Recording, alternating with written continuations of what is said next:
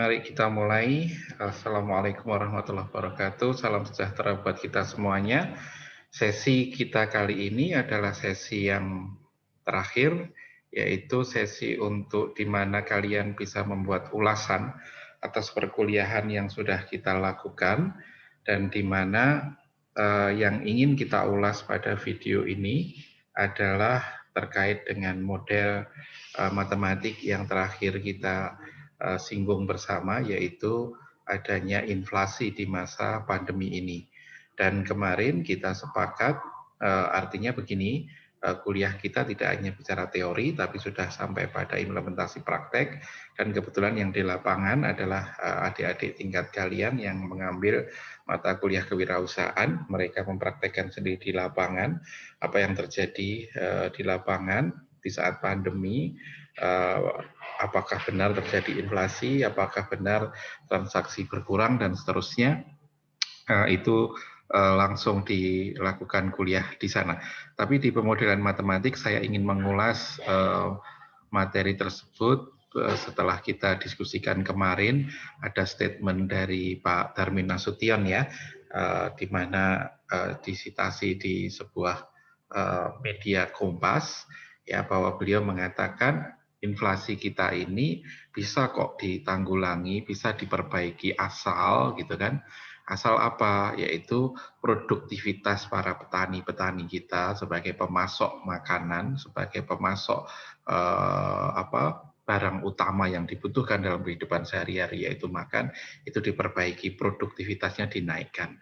Selain produktivitasnya, beliau juga menyampaikan tentang rantai pasar, ya, artinya rantai supply dari produk-produk hasil pertanian itu. Jadi ketika petani menanam, sampai kemudian memanen, sampai kemudian cari angkutan, kemudian mengirim ke pasar dan seterusnya, itu yang harus diperbaiki.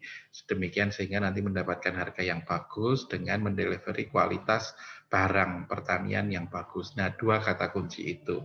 Saya ingin memasukkan itu ke dalam sebuah alur berpikir model matematik yang dimana kemarin kita memulai dari model matematika itu adalah dari rumusnya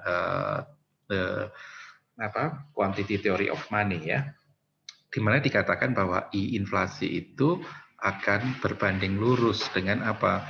Ya, dengan jumlah uang yang beredar atau M, money itu sendiri ya. Nah, kemudian ada slope yang mengatur, yaitu siapa? V dan T. Jadi kalau boleh Anda lihat sebenarnya I itu adalah sumbu Y-nya gitu ya. Kemudian M itu adalah sumbu X-nya, maka V per T itu adalah gradiennya. Jadi kalau ini I gitu ya, kemudian ini M, maka V per T itu adalah gradien daripada kemiringan garis yang dibentuk antara I ya sebagai fungsi terhadap M gitu ya. Fungsinya adalah fungsi linear. Nah, dia dihubungkan dengan gradien V per T. Nah, dalam diskusi kita kemarin yang menarik adalah apa? Masa pandemi. Ya, di mana masa pandemi itu kita ketemu seperti hari ini berkepanjangan sekali masa pandemi COVID itu ya, COVID-19, yang ditunjukkan adanya apa? Adanya T yang sangat rendah sekali ya, yaitu transaksi yang mulai mengecil.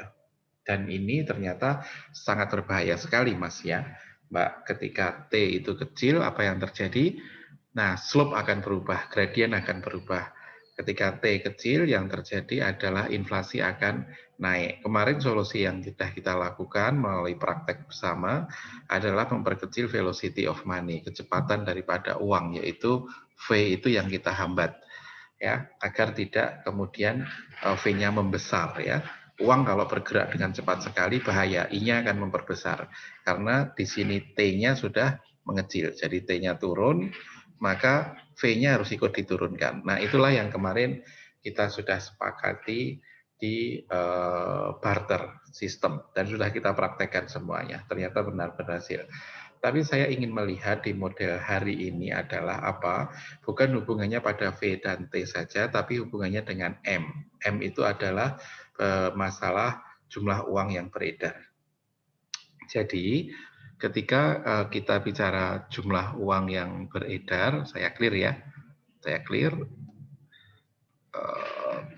all drawing, yes. Nah, ketika kita bicara tadi ada rumus bahwa I itu sangat bergantung kepada M, gitu ya. Maka akhirnya boleh saya mengatakan di sini, uang yang beredar itu urusannya adalah dengan siapa? Urusannya adalah dengan BI, urusannya dengan Bank Indonesia, ya. Karena dia yang akan mengatur semuanya. Mengatur siapa? Mengatur di bawahnya adalah bank-bank semuanya. Jadi seperti Bank Mandiri, BCA, dan seterusnya itu ada di bawah kewenangan BI ini semuanya. Jadi dia tidak bisa macam-macam ya. Mandiri, BCA, dan semuanya diatur oleh Bank Indonesia aturan mainnya. Termasuk juga OJK di situ. Nah, ada aturan yang sangat menarik yang hari ini ditunggu-tunggu oleh mereka, oleh para banker itu apa? Yaitu ketika bicara M itu tadi, ya, jumlah uang yang beredar itu akan sangat tergantung sekali dengan apa, Mas Mbak, yaitu dengan R. R itu adalah suku bunga, ya. Suku bunga ini menjadi menarik. Suku bunga inilah yang kemudian diatur oleh Bank Indonesia.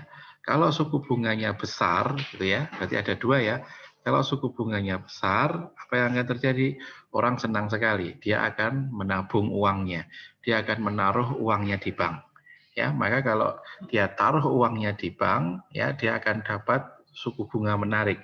Maka duitnya lebih suka ditaruh di bank dibandingkan kalau dia membuat bisnis atau ditaruh untuk melakukan investasi. Ya, sebaliknya ketika R itu adalah kecil, maka orang tidak akan naruh di bank.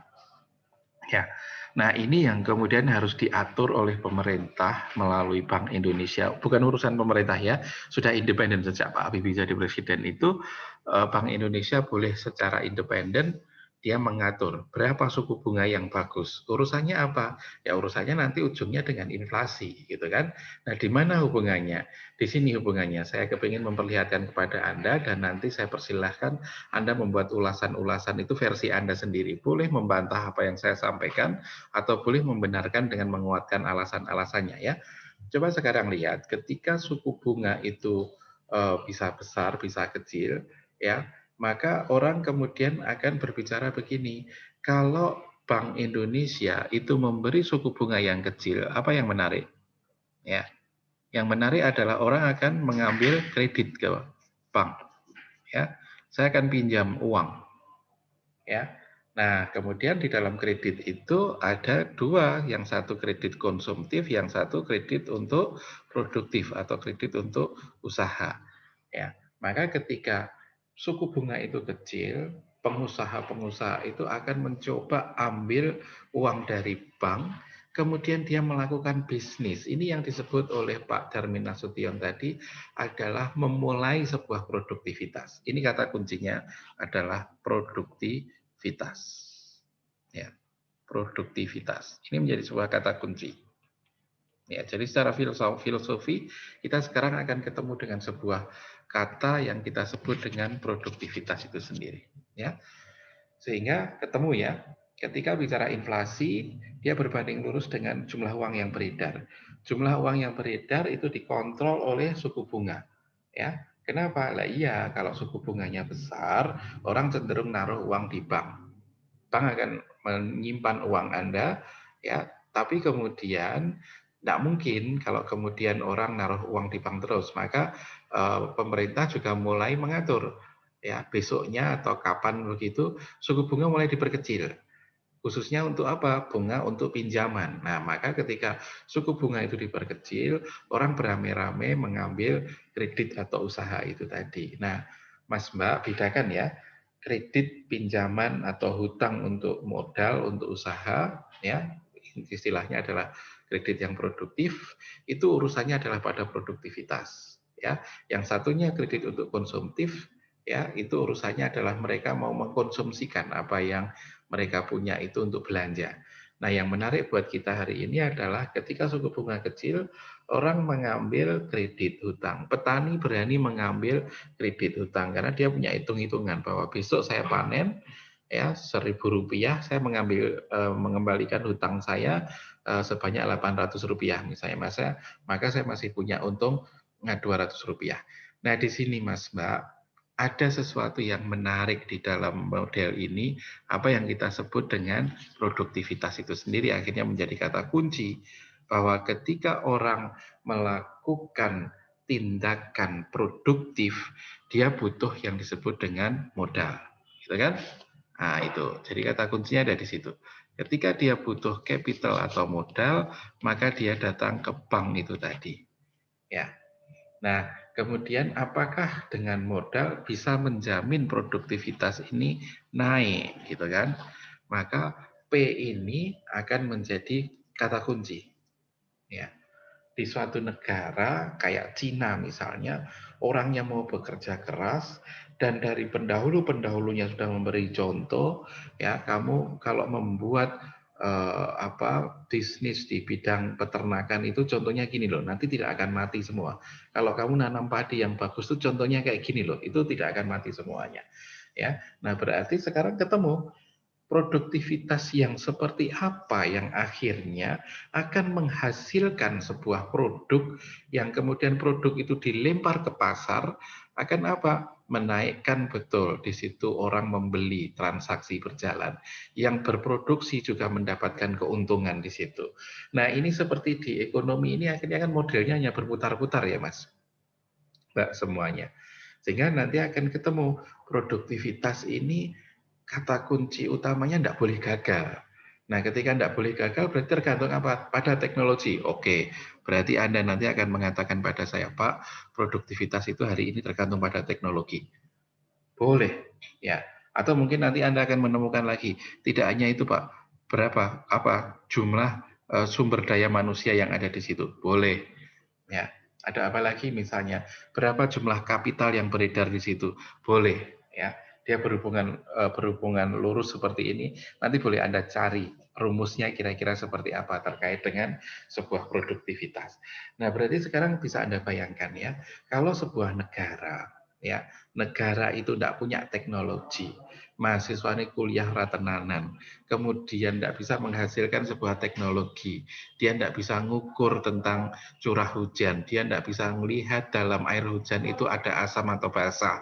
Maka ketika kemudian pertanian hari itu jatuh jeblok tidak panen, gagal panen, apa yang terjadi? Produktivitas menjadi turun. Ketika produktivitas turun, apa yang terjadi? Padahal petani tadi pinjam modal ke bank. Ya, ketika dia pinjam modal ke bank, dia tidak bisa mengembalikan lagi ke bank. Maka di bank terjadi permasalahan di situ. Ya, maka terjadi permasalahan lagi di bank. Ya, itu pada aspek perbankannya. Tapi pada aspek produktivitasnya, coba Anda lihat, ketika petani gagal panen, maka beras tidak ada di pasar. Ya, apa yang terjadi? Harga beras mulai merangkak naik. Nah, ini yang kemudian akan mengakibatkan inflasi lagi.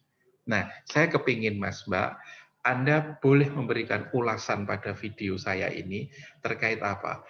Inflasi, suku bunga, produktivitas. Nah, tiga ini coba Anda bikin ulasan versi Anda. Ya, Anda boleh mengambil contoh dari seorang petani yang berproduksi. Anda boleh mengambil contoh misalnya dengan sebuah pabrik yang memproduksi. Ya, Anda bikin simulasi ketika terjadi gagal produksi, apa sesungguhnya yang mengakibatkan, apa sesungguhnya yang nantinya akan berakibat pada proses-proses terkait dengan inflasi dan seterusnya. Jadi Mas Mbak, di dalam ekonomi itu sendiri Anda lihat ya, ketika bicara inflasi bicara apa? Jumlah uang yang beredar. Bicara apa? Transaksi. Bicara apa? Kecepatan uang berpindah tangan. Oke. Ketika bicara uang yang beredar, ternyata bicaranya tentang apa? Tentang suku bunga yang dimainkan. Ketika suku bunga yang dimainkan, bicaranya apa?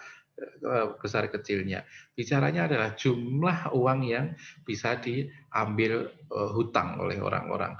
Ketika orang hutang, nah ini sudah mulai bicara di sini, bicara murah hajar. Karena ketemu dengan manusia, ketemu dengan orang. Maka orang sendiri akan berperilaku macam-macam ketika punya uang. Dia akan fokus pada produksi. Oke, ketika fokus pada produksi ternyata teknologinya bagus. Nah, akhirnya bisa Anda lihat seperti China itu luar biasa. Di sana tidak ada inflasi. Ya, di sana produktivitasnya tinggi dan digaransi berhasil dengan baik. Teknologi intervensinya bagus sekali. Ya, akhirnya perbankan juga hidup. Ya, orang yang pinjam uang kembali lagi kepada bank. Ya, berhasil. Kemudian produktivitasnya ini menghasilkan barang, menghasilkan jasa. Ya, akhirnya di pasar apa yang terjadi, beras banyak. Sementara daya beli masyarakat juga cukup untuk bisa membeli barang-barang tersebut, misalnya seperti itu. Nah, akhirnya semua itu membuat sistem yang seimbang, hingga akhirnya pertumbuhan ekonomi di negara itu bisa menjadi lebih baik. Nah, sampai di sini Mas Mbak, bahwa sebenarnya dari rumus model untuk quantity theory of money itu bisa Anda ulas demikian rupa, dan saya kepingin Anda memberikan ulasan-ulasan tertulis nantinya di dalam proses pemahaman tentang model matematika itu sendiri. Saya kira itu dari saya. Terima kasih. Sampai ketemu untuk sesi berikutnya.